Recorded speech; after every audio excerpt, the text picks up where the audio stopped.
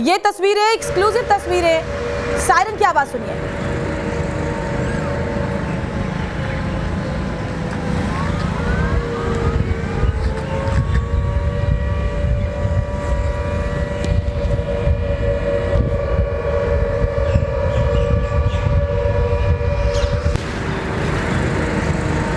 तो air red siren Chandigarh में बज रहे हैं, यानी कि निर्देश ये कि छतों पर ना जाएं, बालकनीज में ना जाएं, बाहर ना जाएं, फिलहाल घर के अंदर ही रहें। कल रात भर ब्लैकआउट रहा मनोज, अभी क्या और इंस्ट्रक्शंस दिए गए हैं चंडीगढ़ में?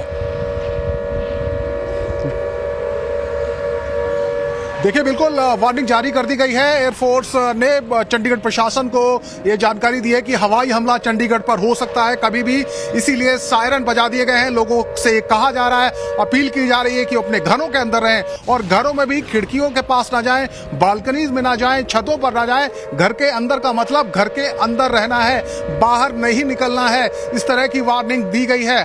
और जब लग रहा था कि पाकिस्तान को शांत करा दिया गया है, लेकिन एक बार फिर से कहीं ना कहीं इनपुट ऐसा मिला है कि पाकिस्तान एक बार फिर से दुस्साहस कर सकता है, हिमाकत कर सकता है और अटैक कर सकता है। इसलिए आप देखिए, चंडीगढ़ जो कि राजधानी है पंजाब की, हरियाणा की, वहां पर निशाना बनाने की जो प्लानिंग है वो एक्सपोज हुई है और हमला हो सकता है। इसीलिए एहतियातन तमाम जो कदम है वो इस वक्त प्रशासन के द्वारा उठाए जा रहे हैं और लोगों से घरों के अंदर जाने के लिए कहा गया है। जी बिल्कुल मनोज, आप भी अपना ध्यान रखिए। और कैप्टन मीरा, पाकिस्तान का देखिए कोई एथिक्स नहीं है, कोई स्ट्रैटेजी नहीं है, कोई रूल नहीं है। F-16 का इस्तेमाल उन्होंने किया जिस तरह से भारत के अगेंस्ट, उससे अमेरिका भी नाराज है और अब पाकिस्तान फिर से कायराना करतूतें कर सकता है। ऐसे में देखिए, चंडीगढ़ में रेड सायरन की आवाज सुनाई दे रही है। कई ऐसे सीमावर्ती इलाके हैं जहां आज भी अलर्ट मोड पर रखा गया है।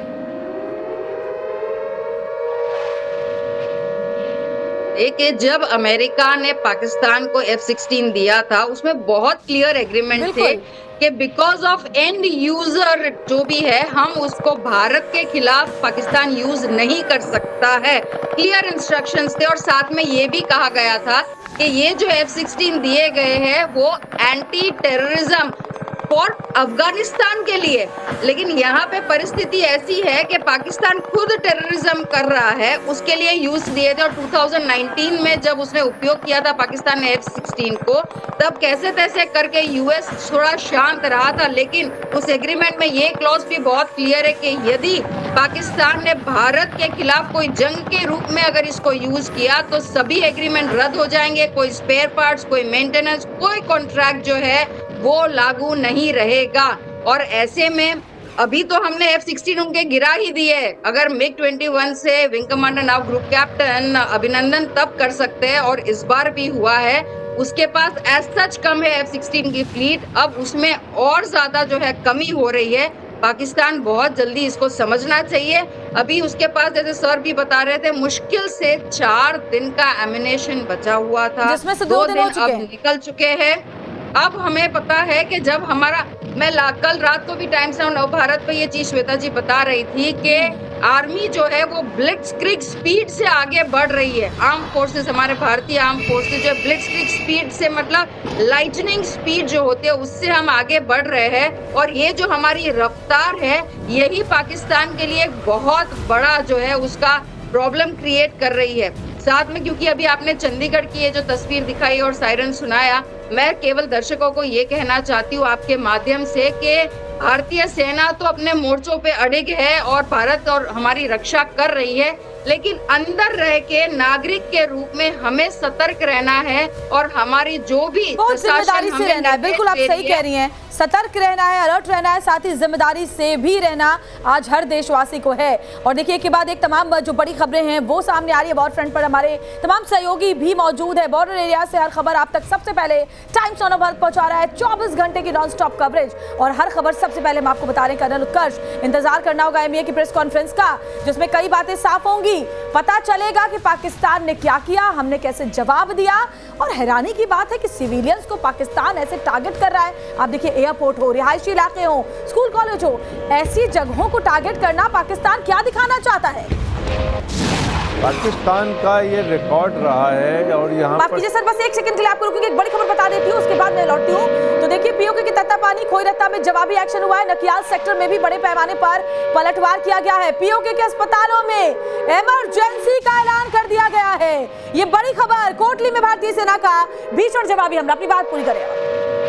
पाकिस्तान का सिविलियन के प्रति ऐसे ही व्यवहार रहा है और आप ये जो LOC के पास, भारतीय सीमा के पास जो सिविलियन पॉपुलेशन हमारी है, उनको बहुत ज़्यादा नुकसान हुआ है। 22 तारीख के बाद से, जब से ये सीज़ फायर का उल्लंघन शुरू किया इन्होंने, और वहाँ पर इतना ज़्यादा आर्टिलरी का फायर आ रहा है, लोग मारे गए हैं, लोग घायल हुए हैं, जान माल का बहुत ज़्यादा नुकसान हुआ है। ये पाकिस्तान की फितरत है। इसके बारे में पाकिस्तान से यही चीज़ बलूचिस्तान में करता है, यही खैबर पख्तूनख्वा में करता है, यही POK में करता है। इसको कोई रेनिन नहीं करता है। बिल्कुल सही कह रहे हैं आप। और देखिए, बड़ी खबर, भारतीय सेना कई जगहों पर जवाब दे रही है।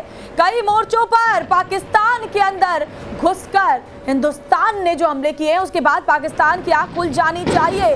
और कुलकर्णी सर, मैं आपसे ये समझना चाहूंगी, क्योंकि देखिए अभी हर भारतवासी के मन में एक जिज्ञासा है, एक सवाल है, आगे क्या, उनको क्या करना चाहिए, आगे क्या हो सकता है, क्या सिचुएशन बन सकती है। मैं आती हूँ आपके पास। दरअसल हमारे सहयोगी रविकांत राय हमारे साथ जुड़े हुए हैं, उनके पास कुछ अपडेट है। बताएं रविकांत।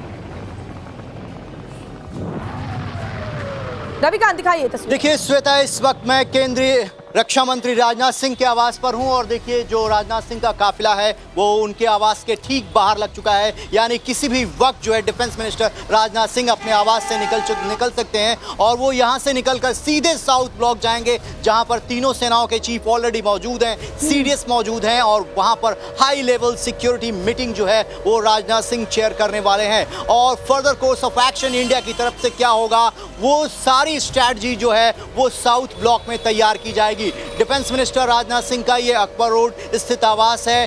गाड़ियों का काफिला जो है आप तस्वीरों में देख सकते हैं, आवास के बाहर लग चुका है।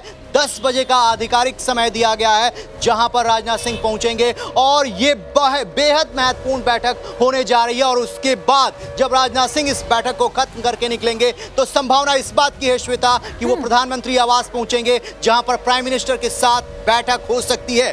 पाकिस्तान इतना घबराया हुआ है कि भारत का अगला कदम क्या होगा, इस बात की भनक भी उसे नहीं लग रही है। लेकिन जो हमारे सिक्योरिटी फोर्सेस के जवान हैं, जो हमारा पॉलिटिकल लीडरशिप है, वो पूरी तरीके से फर्म है कि हम उकसावे की कार्रवाई नहीं करेंगे। लेकिन अगर पाकिस्तान उकसावे की कार्रवाई कर रहा है तो उसका अंजाम भी उसे भुगतना होगा और इसी की प्लानिंग की जा रही है। एक बार फिर तस्वीरें आपको दिखा रहा हूं अकबर रोड की, जहां से डिफेंस मिनिस्टर राजनाथ सिंह अब से कुछ ही देर बाद निकलने वाले हैं, जहां से निकलकर वो सीधे साउथ ब्लॉक जाएंगे, जहां पर तीनों सेनाओं के चीफ ऑलरेडी मौजूद हैं और वहां पर एक प्रेजेंटेशन होगा। पाकिस्तान ने कल रात किस तरीके से हमारे सिविलियंस एरिया को टारगेट करने का प्रयास किया, और हमने पहले ही कहा था हम सिविलियंस को टारगेट नहीं करेंगे, हमने टेरर कैंप को डिस्ट्रॉय किया। तो यही डिफरेंस है और यही बात पूरी दुनिया को भी बतानी है, जो आर्मी अपने प्रेस कॉन्फ्रेंस में बताएगी।